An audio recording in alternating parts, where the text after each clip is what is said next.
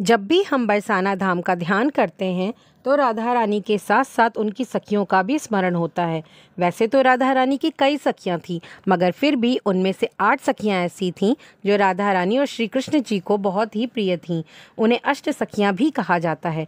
नमस्कार दोस्तों, हर साल भाद्रपद के शुक्ल पक्ष की अष्टमी तिथि को श्री राधा अष्टमी का त्यौहार मनाया जाता है।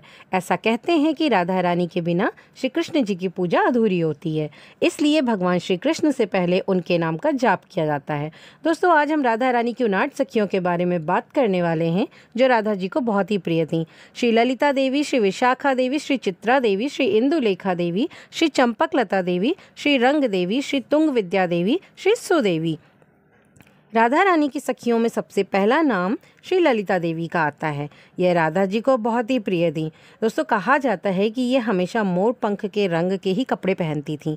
इन्हें सुगंध की बहुत ही ज़्यादा समझ थी। इसके साथ ही ये राधा रानी को पान का बीड़ा खिलाया करती थीं। भगवान श्री कृष्ण की प्रिया राधा रानी की दूसरी सखी विशाखा देवी थीं। ये देखने में बहुत ही सुंदर थीं। विशाखा देवी सुंदर कपड़े बनाने में माहिर मानी जाती थीं। राधा रानी के सुंदर वस्त्रों का कार्य यही संभालती थीं। राधा रानी की तीसरी सखी देवी चित्रा बहुत सी कलाओं में निपुण थी। वे संगीत, प्रकृति, श्रृंगार आदि कलाओं में बहुत ही निपुण थी। राधा जी का श्रृंगार उनकी सखी चित्रा ही करती थी।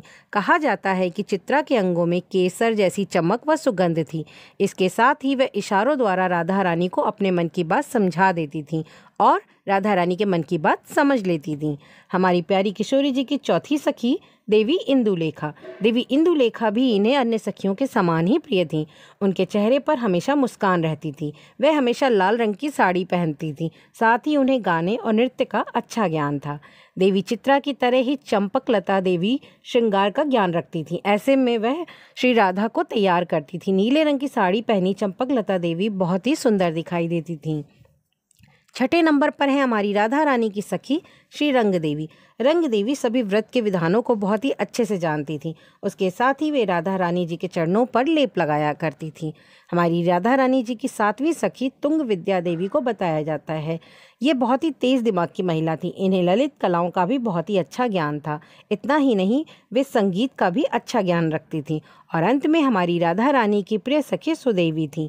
ये राधा रानी को बहुत ही अच्छे से ध्यान रखती थी। उन्हें जल पिलाने का काम यही करती थी। इन्हें पानी को साफ और निर्मल करने का बहुत ही अच्छा ज्ञान था।